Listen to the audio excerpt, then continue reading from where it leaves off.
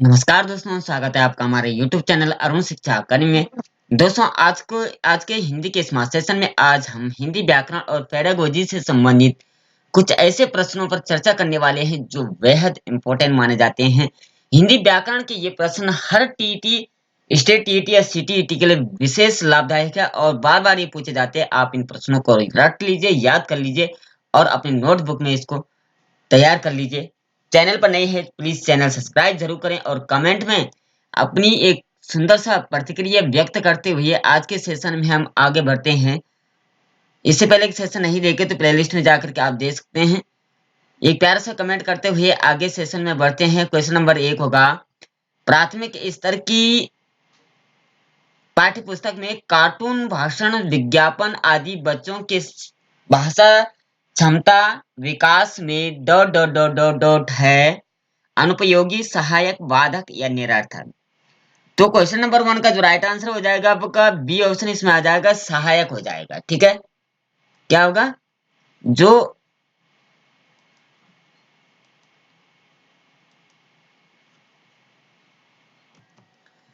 तो question number 1 का जो राइट आंसर हो जाएगा आपका बी ऑप्शन, इसमें आ जाएगा प्राथमिक स्तर पाठ्य पुस्तक में कार्टून, भाषा शिक्षण, विज्ञापन आदि ये चीजें जो है बच्चों के लिए सहायक सिद्ध होती है। ठीक है, क्वेश्चन नंबर 2 पर चलते हैं। प्रश्न नंबर 2 होगा, पहली कक्षा में आता है, क्या आता है? वाक्य लिखना, शब्द लिखना, अक्षर बनाना, चित्र बनाना।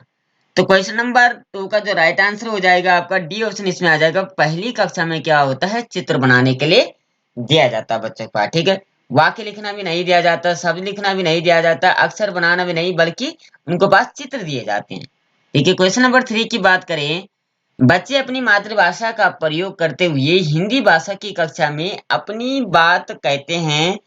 यह बात स्वाभाविक होती है, निंदनीय होती है, विचारणीय होती है, अनुचित होती है। तो क्वेश्चन नंबर 3 का जो राइट आंसर हो जाएगा ये स्वाभाविक होती है। ठीक है, ये ऑप्शन इसका हो जाएगा। क्वेश्चन नंबर 4 पर चलते हैं। बच्चे भाषा तब बेहतर तरीके से सीखते हैं जब, यानी बच्चे भाषा को तब अच्छी तरीके से सीखते हैं जब सरल साहित्य का चयन हो, परीक्षाओं का आयोजन हो, अपने पाठ्य पुस्तकों अनेक पाठ्य पुस्तकें हो, यह भाषा का समृद्ध परिवेश हो। तो क्वेश्चन नंबर 4 का जो राइट आंसर आ जाएगा आपका डी ऑप्शन, इसमें हो जाएगा बच्चे कब सीखते हैं, बच्चे भाषा तब बेहतर तरीके से सीख सकते हैं जब भाषा का समृद्ध परिवेश हो, यानी बहुत सारे बच्चे जो है उसी भाषा में बोलने वाले आमने सामने हो तो बच्चे अधिक सीखते हैं। ठीक है, एक दूसरे से वार्तालाप करते रहते हैं। क्वेश्चन नंबर 5 की बात करें, निम्न में से किस विकल्प में सभी शब्द भाववाचक संज्ञा नहीं है, यानी इन चारों ऑप्शन में भाववाचक संज्ञा वाले शब्द कौन से नहीं हो जाएंगे? ए ऑप्शन मिठास, शिष्टता, बुद्धिमानी, बी राष्ट्रीयता, देवत्व, माधुर्य, सी नम्रता, दासता, नारीत्व या डी दानव, मनुष्य, ब्राह्मण। तो क्वेश्चन नंबर जो 5 का राइट आंसर हो जाएगा आपका डी ऑप्शन, इसमें आ जाएगा, इसमें भावात्मक संज्ञा नहीं है, दानव, मनुष्य, ब्राह्मण। तो ये क्या है, भावात्मक नहीं आ जाएगा बल्कि जातिवाचक में ये आ जाएगा। ठीक है, क्वेश्चन नंबर 6 की बात करें, अति उपसर्ग से बना हुआ शब्द नहीं है, यानी अति उपसर्ग से बना हुआ शब्द कौन सा नहीं हो जाएगा? उपसर्ग अगर आपने नहीं पढ़े हैं, प्लेलिस्ट में जाकर के हिंदी व्याकरण के सेशन में आप उपसर्ग अच्छी प्रकार से हमने वहां पढ़ा रखा, आप वहां देख सकते हैं। तो उपसर्ग नहीं है, अतिक्रमण में, अतिथि में, अत्याचार में, अतिरिक्त में, किस शब्द में उपसर्ग नहीं होगा? जल्दी से देख लीजिए। तो क्वेश्चन नंबर 6 का जो राइट आंसर हो जाएगा आपका बी ऑप्शन, अतिथि। अतिथि क्या है? शब्द है। अतिकरण में अतिधन क्रमण है, अतिधन आचार है, अतिधन रिक्त है, लेकिन अतिथि क्या है? खुद ही एक शब्द है, बल्कि उसमें उपसर्ग नहीं है। ठीक है, राइट आंसर हो जाएगा बी ऑप्शन। क्वेश्चन नंबर 7 की बात करें, किस शब्द में उपसर्ग व प्रत्यय दोनों का प्रयोग हुआ? ऐसा शब्द कौन सा इन चारों में से जिनमें उपसर्ग और प्रत्यय दोनों का प्रयोग हुआ है? पार्श्विक, रासायनिक, पारिवारिक, काल्पनिक। तो जल्दी से बताइए किसमें उपसर्ग और प्रत्यय दोनों का प्रयोग हुआ है? तो 7 का जो राइट आंसर हो जाएगा आपका, देखते ही बनता है, सी ऑप्शन इसमें हो जाएगा, पारिवारिक। परि उपसर्ग भी है और एक प्रत्यय भी है। ठीक है, पारिवारिक हो जाएगा। क्वेश्चन नंबर 8 पर चलते हैं, कौन सा शब्द तद्भव है? तद्भव वाला शब्द आपने बताना है। अगर तत्सम तद्भव नहीं पढ़े तो प्ले लिस्ट में जाकर आप तत्सम तद्भव पढ़ सकते हैं, या उनसे संबंधित उदाहरण जो है, बहुत सारे उदाहरण हमने बता रहे कि आप उनको भी पढ़ सकते हैं। तो तत्सम और तद्भव, तद्भव तद्भव का मतलब होता है जो संस्कृत का हिंदी रूपांतर होता है, हिंदी का शब्द। कपाट, प्यास, नासिका, उज्जवल। तो 8 का जो राइट आंसर आ जाएगा आपका बी ऑप्शन, इसमें हो जाएगा प्यास। कौन सा तद्भव है?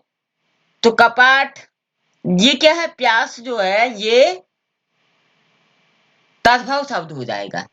ठीक है। क्वेश्चन नंबर 9 की बात करें, अवसर का लाभ उठाने के लिए उपयुक्त है। अवसर का लाभ उठाने के लिए कौन सा अर्थ सही हो जाएगा? बहती गंगा, हाथ धोना, आकाश पाताल एक करना, फूला न समाना, अंगारों पर पैर रखना। तो क्वेश्चन नंबर 9 का जो राइट आंसर हो जाएगा आपका, यहाँ पर आ जाएगा ए ऑप्शन, यानी बहती गंगा, हाथ धोना। अवसर का लाभ उठाना, माना रास्ते में कहीं जा रहे थे और अवसर प्राप्त हो गया, हमने उसका भी लाभ उठाया। माना हम किसी के घर जा रहे थे, गांव में किसी के गांव जा रहे थे, और रास्ते में एक परिचित व्यक्ति और मिल गया, उनसे भी मुलाकात होगी, दूसरा भी मिल गया, उनसे भी मुलाकात होगी। कहने का मतलब अवसर का लाभ उठाते हुए चल दिए। तो बहती गंगा में हाथ धोना, ठीक है, ये इसका राइट अर्थ हो जाएगा। क्वेश्चन नंबर 10 की बात करें, इनमें से कौन सा शब्द बादल का पर्यायवाची नहीं है? यानी बादल का पर्यायवाची कौन सा नहीं हो जाएगा? जल, अम्बुद, नीरद, वारित। तो क्वेश्चन नंबर 10 का जो राइट आंसर आ जाएगा आपका सी ऑप्शन, इसमें हो जाएगा नीरस। कमल का पर्यायवाची होता है, ना कि बादल का। तो ये नीरज नहीं हो पाएगा यहाँ पर बादल का पर्यायवाची। ठीक है। क्वेश्चन नंबर 11 का बात करें, भौतिक का विलोम शब्द क्या हो जाएगा? विलोम का मतलब विपरीतार्थक, यानी उल्टा। आध्यात्मिक, सांसारिक, पारलौकिक, या कोई नहीं। तो क्वेश्चन नंबर 11 का राइट आंसर हो जाएगा आपका, ये आ जाएगा भौतिक एंड आध्यात्मिक। भौतिक का विलोम शब्द आध्यात्मिक। ठीक है। क्वेश्चन नंबर 12 की बात करें, किस वाक्य में पूर्वकालिक क्रिया का प्रयोग किया गया है? पूर्वकालिक क्रिया का प्रयोग, पूर्वकालिक मतलब पहले किया गया जो कार्य है उसको दोहराना। राधा ने स्नान करके भोजन किया, या आकाश में बहुत से पक्षी उड़ रहे हैं, या सास ने बहू से खाना बनाया, या राम ने राधा से पत्र लिखा है। तो क्वेश्चन नंबर 12 का जो राइट आंसर आ जाएगा ए ऑप्शन, इसमें हो जाएगा राधा ने स्नान करके भोजन किया। यानी एक कर्म पहले कौन किया? स्नान। दूसरा कर्म क्या किया? कि भोजन किया। तो कार्य करने से पहले पूर्व जो कार्य कर दिया है, ठीक है, एक कार्य कर दिया, दूसरा कार्य कर दिया। तो क्वेश्चन नंबर जो है 13 की बात करें, भाषा अर्जन क्षमता किसके साथ संबंधित है? वर्नर, पियाजे, चौमास्की, स्किनर। तो 13 का जो राइट आंसर आ जाएगा आपका बी ऑप्शन, पियाजे। भाषा अर्जन का जो भाषा अर्जन और क्षमता किसके साथ संबंधित है? तो पियाजे, जीन पियाजे का वाक्य था। ठीक है। क्वेश्चन नंबर 14 की बात करें, कई बार बच्चे जब स्कूल आते हैं तो 2 या 3 भाषाओं co dot dot dot dot बहुत बोलने के लैस होते हैं, समझने, पढ़ने, लिखने, रटने। तो 14 का जो राइट आंसर आ जाएगा ए ऑप्शन। यानी कई बार बच्चे जो है जब स्कूल आते हैं तो वो 2 या 3 भाषाओं को समझने और बोलने के लैस होते हैं, यानी वो समझते और बोलते हैं। ठीक है। एक तो पारिवारिक भाषा आ गई, एक सामाजिक भाषा आ गई। तो क्वेश्चन नंबर जो है वो 15 की बात करें, अष्टाध्यायी शब्द में कौन सा समास है? अष्टाध्यायी में कौन सा समास हो जाएगा? समास अगर आपने नहीं पढ़ी है तो आप प्लेलिस्ट में जाकर के समास वाला सेशन देख सकते हैं, बहुत ही बेहद तरीके से हमने उसको पढ़ा रखा है, आप वहां से उसको पढ़ सकते हैं। अष्टाध्यायी में कौन सा समास हो जाएगा? बहुव्रीहि, द्विगु, तत्पुरुष, कर्मधारय। 15 का जो राइट आंसर आ जाएगा आपका बी ऑप्शन, इसमें हो जाएगा द्विगु समास हो जाएगा। द्विगु समास उसे कहते हैं जिसका पूर्व पद संख्यावाची हो, उत्तर पद प्रधान हो। इसका उत्तर पूर्व पद संख्यावाची है अष्ट, यानी 8, यानी संख्या, अध्याय। तो 8 अध्यायों का समाहार जो है अष्टाध्यायी कहलाता है। ठीक है। क्वेश्चन नंबर 16 की बात करें, त्रिवेणी शब्द में कौन सा समास हो जाएगा? कर्मधारय, बहुव्रीहि, या द्विगु, या इंद्र। सॉरी, इंद्र कोई समास नहीं है, फिर भी देर का तो 16 का जो राइट आंसर आ जाएगा आपका सी ऑप्शन, इसमें हो जाएगा द्विगु समास, यानी त्रि मतलब 3, वेणी का मतलब तीन बहनों का मिलाप, त्रिवेणी घाट ऋषिकेश, तीन बहनें बहती है गंगा जमुना सरस्वती, तीनों मिलते हैं वहां पे, इसलिए त्रिवेणी घाट।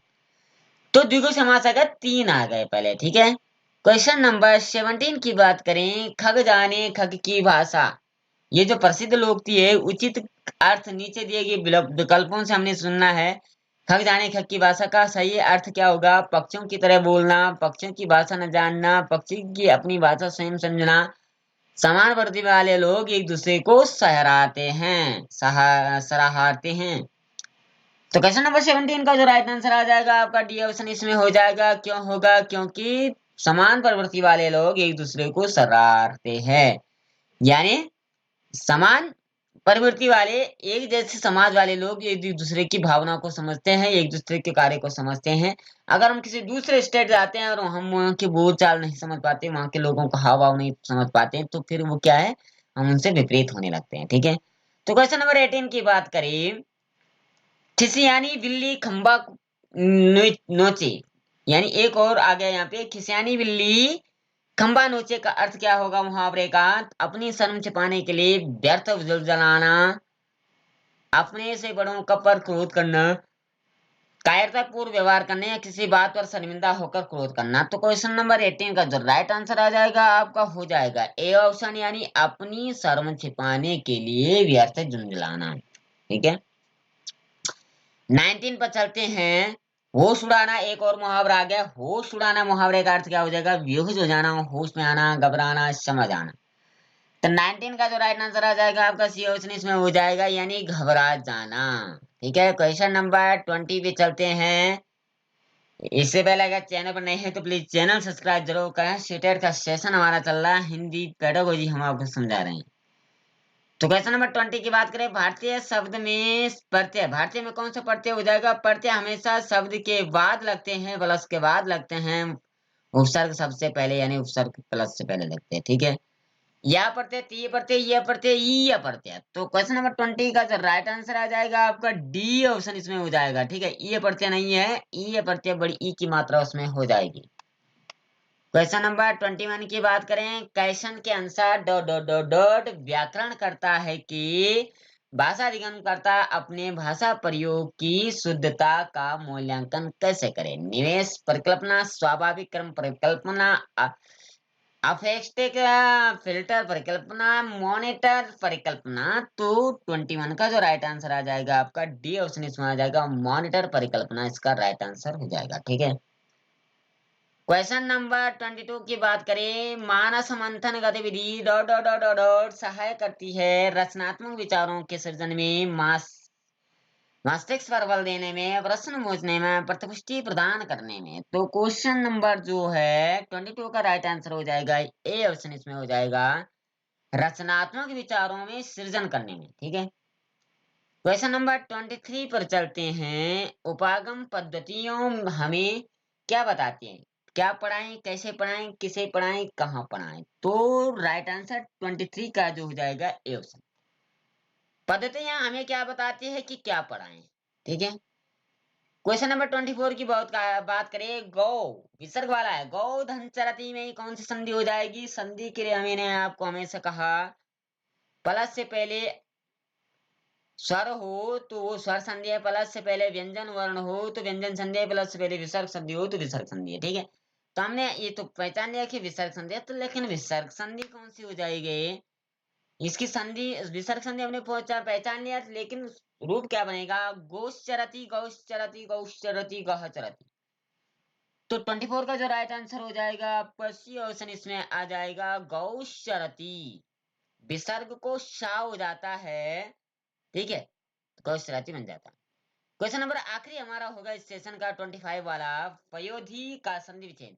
पयोधी का संधि विच्छेद कौन सा होगा? पयः दंधी, पयः दन ददी, पयदन उदी, पयदन ददी। तो 25 का जो राइट आंसर हो जाएगा ए ऑप्शन इसमें हो जाएगा, पयः दन विसर्ग संधि इसमें बन जाएगी, या को विसर्ग को ओ हो जाता है, अपयोगी बन जाता है, ठीक है। तो ये कुल मिलाकर के 25 क्वेश्चन हमने मोस्ट इंपोर्टेंट आपके लिए समझाए बताए। आशा करते हैं सेशन आपको अच्छा लगा होगा। अच्छा लगा होगा एक प्यारा सा कमेंट जरूर करें और अपने दोस्तों के साथ शेयर जरूर करें। रोज रात 8 बजे सीटीटी का सेशन देखने के लिए चैनल सब्सक्राइब करें। और कल फिर मिलेंगे, तब तक के लिए जय श्री कृष्णा, राधे राधे।